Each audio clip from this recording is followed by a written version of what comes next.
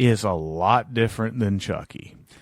And even with the good one, like Bride of Chucky, which is still like watchable and still like kind of good. Yeah, I still enjoy Bride of Chucky. Yeah, but it still doesn't matches up to the Child's Play films. No, it don't. It doesn't hold a candle. 1 through 3 is the best. But anyway, what are we on? Number 14? 13. I'm on 14. How are you on 14? Because you just said you're 14 and I didn't say my 14. What was your 14? My 14 is a movie called Kids versus Aliens. Okie dokie. You didn't say that. I didn't watch this movie. Yeah, well, another surprise. I have this at number 14, which shows you what I think about this movie. This was a horror comedy, right? Yeah, this is a horror comedy. It's kind of like, dude, it's everything that you think about it. Kids versus aliens. Aliens come down, try to take over, blah, blah, blah, and it's a group of kids fighting them off. It's kind of like Goonies meets, yeah, I don't know. Like, it's not quite it where you have kids versus a horrifying clown. It's it's a little bit more comedy to it. It's more like the Goonies think of the Goonies versus Aliens, and this is what you got in the film. But it's like rated R. You know, the kids say some pretty outrageous, funny shit right in the film. This is a great film. I can't really explain it too much. I mean, it's kind of self-explanatory. I mean, it's kids versus. I mean, just know that it's kids. There's aliens. There's teenagers, and the kids have a fake wrestling organization that they do. And, that's awesome. And they have characters, and they like shooting movies, and you know the parents are gone for the weekend, so there's no people to help. You know, with the teenagers or the kids or anything like that, so they got to deal with it by themselves. Teenagers are fucking snotty and treat them like shit, but at the end, you know, they have all to come together. Yeah, they all have to come together to fade it off. This is on Shudder, by the way. Trust me. You're going to have a good night when you watch this film. You're going to be laughing. It's a goodie. I might actually watch that tonight. Or maybe I will talk about my number 13, which is something you talked about a little bit earlier, which is When Evil Lurks. Yep.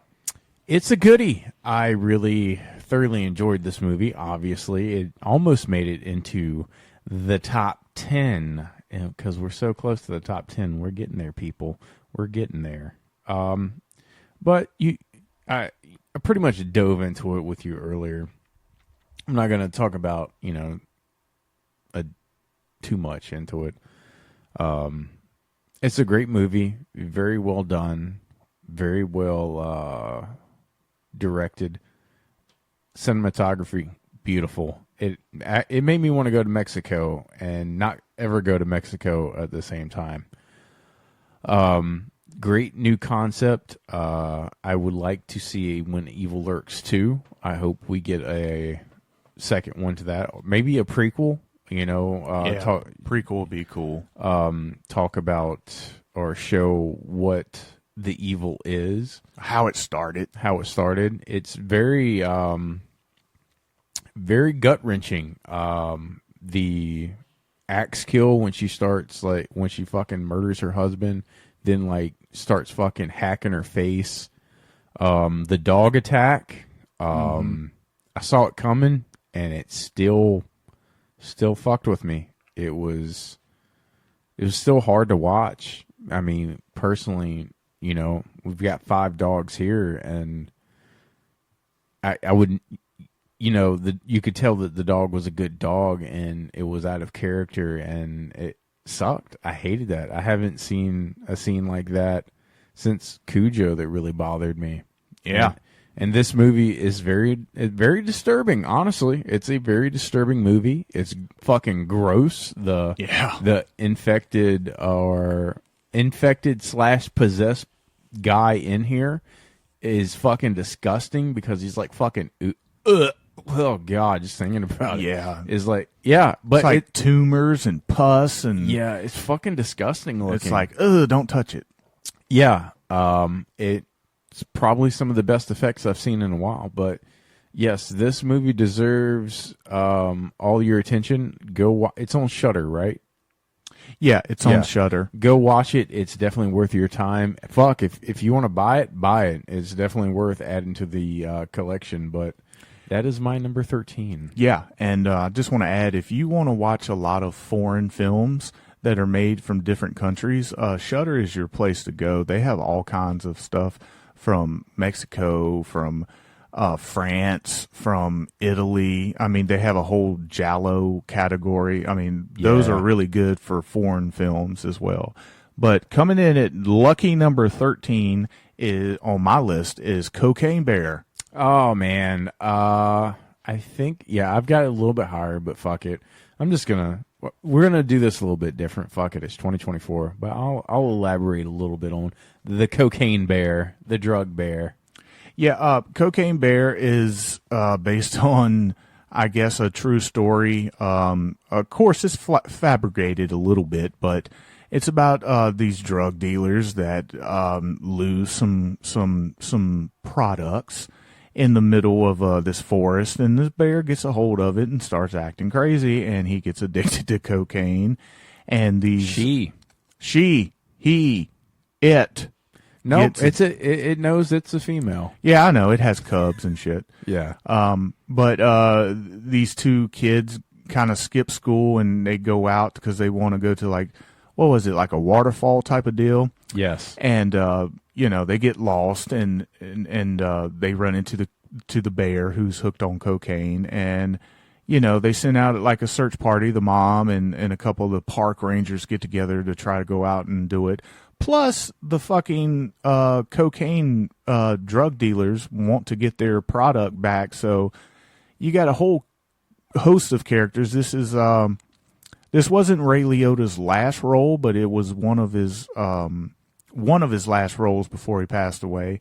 And he plays the drug dealer who works for the big boss, and he wants to get his shit back, and he's kind of like the shitty bad guy in the film.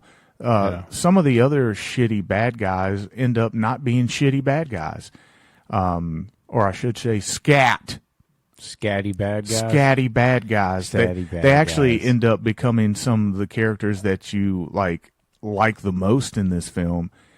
And One of them being Ice Cube's son. yeah, Ice Cube's son, who played Ice Cube in the NWA movie. So that's pretty cool.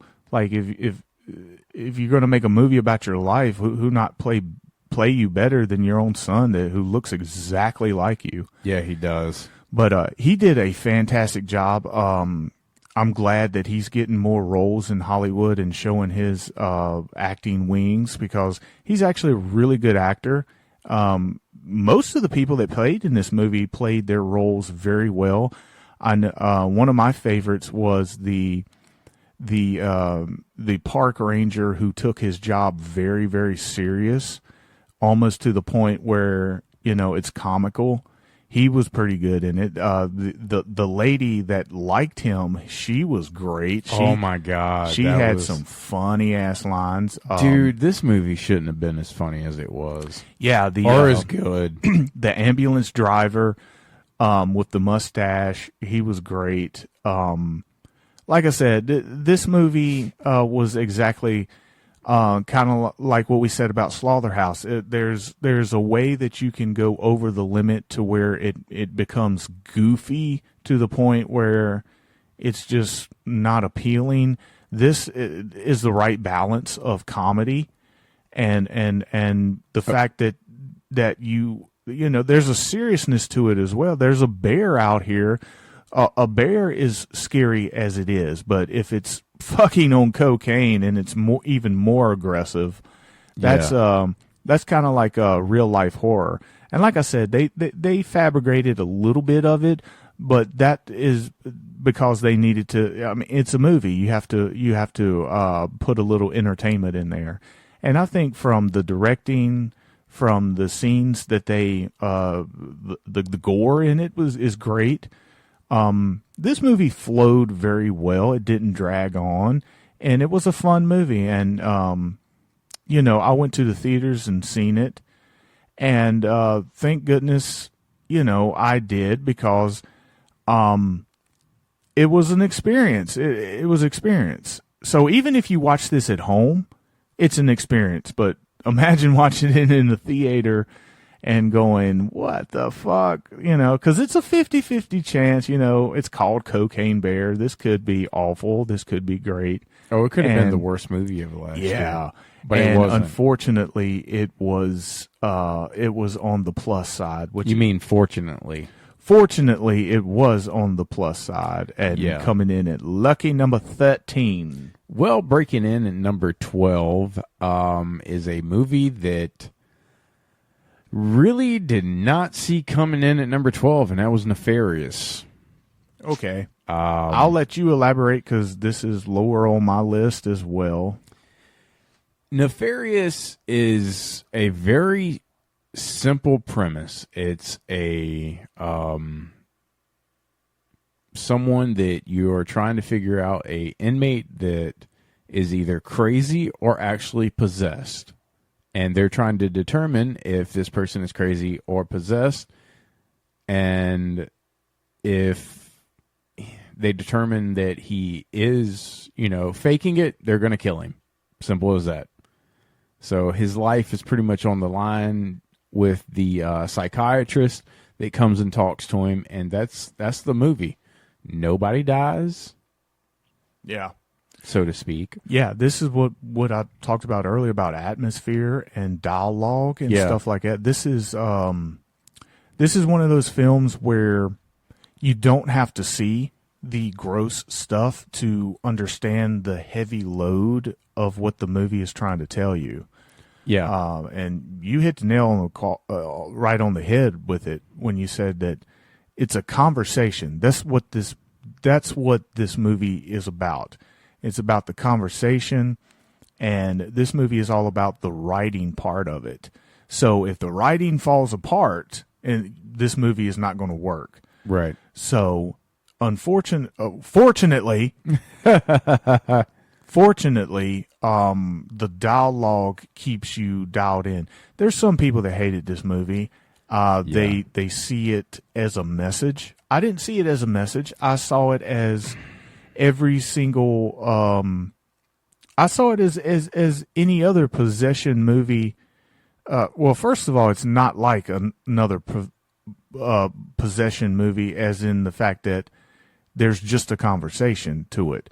To me, it's kind of like if you watch The Silence of the Lambs and the entire movie was just Clarice talking to Hannibal. Like, that would have still been good. Right. Like, that's the way I view this movie. And I think people were turned off because it was by the same people that made God's Not Dead, which is a Christian-based, I guess, publishing company. I don't know. I don't know what they. Anyway, they mostly put out Christian-based movies.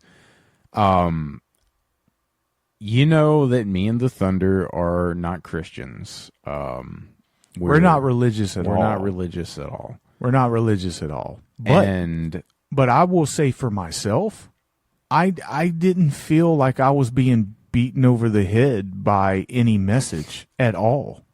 There's some people out there that don't like this movie because they felt like they were being beat over the head with a message. I didn't look at it like that. I looked at it as this character is interesting. This character, I want to hear more of what he's saying. Right. Well, okay, so diving into it. So people, from what I gathered, was a little upset because he was talking about evil being in the world and, Satan manipulating pop culture and taking God out of everything and all this shit. But, okay, let's just, I guess, put on our aluminum hats for a minute, okay? There is a lot of satanic imagery